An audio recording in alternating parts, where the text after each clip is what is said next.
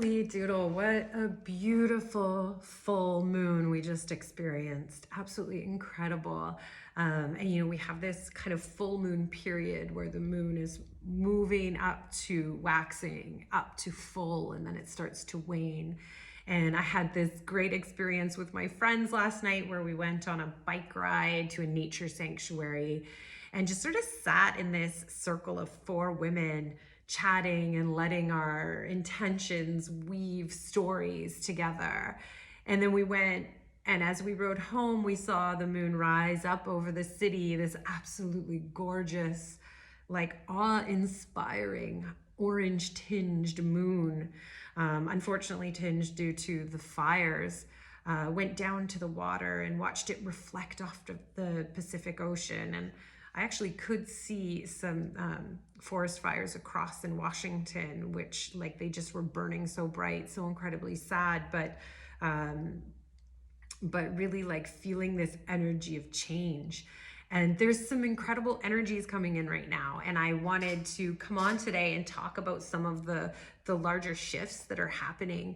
And so if this doesn't resonate with you, that's totally fine, but just maybe have a listen. Maybe there are a few pieces that might make sense and might connect for you.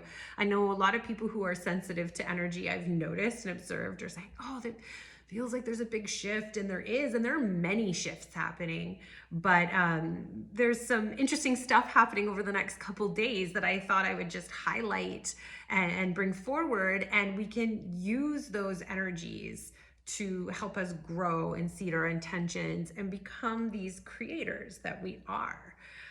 So first of all, on Monday is the day out of time, and we're going to be shifting the energy that's sort of overtaking the collective consciousness on Monday. So we've been in what's called a blue lunar storm year. Okay, so the last 2021 was the energy of the blue storm. And the blue storm is very transformative. Whenever we're in a blue year, it's transforming us in some way. And when we're in a storm year, you want to think about that storm, kind of like the tornado where everything on the outside is spinning, spinning, spinning. But there's this pure and solid channel on the inside, the eye of the storm. So some people have been able to access that inner strength, that inner alignment, while everything on the outside has just torn itself up. I think that's a piece that we can all kind of relate to, this feeling like everything's going all over the place. It's very confusing. Things are changing. And when we're in a lunar storm year, that's thinking of tone of two, and it's all about polarity. So we might have been able to become really keenly aware of how polarity works. Positive, negative, the pull of either side. I know I've definitely seen this when you see how people's paradigms are about world events. They're either fully on one side or they're fully on the other side. And it's like we're having this pull apart. And it was very interesting because this woman that I know who is a coach, she put up this beautiful list of these words I'd never heard of. And we were playing this game where we were making sentences with them. And the word that really struck to me was this word called anecdoche. I'm not sure if I'm pronouncing that right, but anecdoche, which I'm going to paraphrase here, but it's basically the incessant conversation on two sides where neither person is listening to the other, where they're just talking, they're like having a monologue at one another, like they can't open up and have any level of equanimity. And so I thought that was rather clever because it feels very much lately that many conversations, especially when it's on social media, which seems to be where we're conversing the most, feel like this never-ending cycle of anecdoche. Like people are so attached to their way of thinking about things, seeing things that they can't see any other way. And even people who see themselves as very open-minded, this energy of this year and the events in the external world, and I guess we can call it the 3D reality, have been very confusing, very transforming. But I think what we can see from that, when we see beyond the enectochy, beyond the polarity, that there's opportunities to do things differently. And so maybe this is a little Pollyanna of me, and I tend to be that way. I like to see, what is it that we want to create? So on Monday, the energy for the year is going to change into the yellow seed. Okay? So the yellow seed, you want to think about, what does a seed represent? Okay? I'm so fascinated by seeds, and I use the analogy of a seed often in my coaching, because you see, a seed, it holds this perfect holographic blueprint of absolutely everything it needs to fluoresce. So when we think about the word fluoresce, it means to grow into its full potential. And in reality, that's what we are too. We are seeds, and we can plant seeds. What is it that we want to harvest? Now you have seeds that are going to create a sunflower. Those seeds might take 10 months to actualize.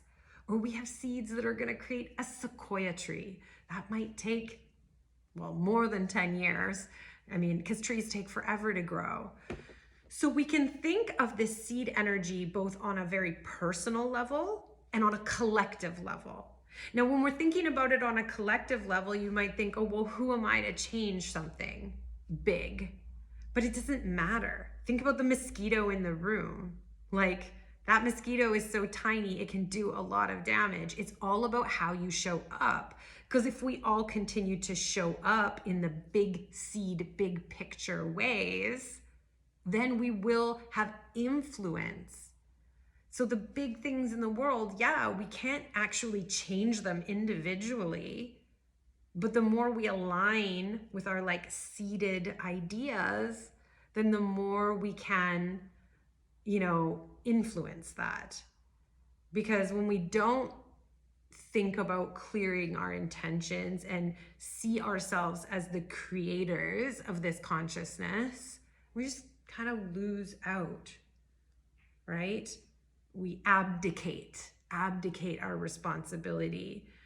And this is not to say that we're all going to be like perfectly aligned and show up in that way all the time, but it's about observing. Because you see, the range of what we think and do is limited by what we fail to notice. So when we want to create an intention, we want to become acutely aware of how we're showing up, what our triggers are, how we're healing and dealing with our trauma, because all of that becomes the lens in which we play this game in reality. So seed and intentions. What are we empowering to take root in our life? So you might want to look at this on a really small, and it's not even small. If you're like, I just want to look at this individually, that makes a difference. I want to look at this in my family, that makes a difference. It's all connected. So personally for me, I just went through like a period of really recognizing what I need to heal. And I made an intention last night that what I'm looking for is always looking for the joy in every moment. I have a young daughter who's 4 years old, and she is such an inspiration to me. She can be such a distraction too, but in reality, what is she distracting me from? She's actually pulling me towards what is important. And for me to show up as my best self, I need to be finding these moments of joy. So yesterday I spent some time creating a little thing, and this is stuff that's like important to me, like to express myself and to put myself out there, to plant my seeds. And I found so much joy in just that very little moment. And then that allows me to show up more strongly and more aligned in my values. And so then my interactions hopefully become a ripple effect.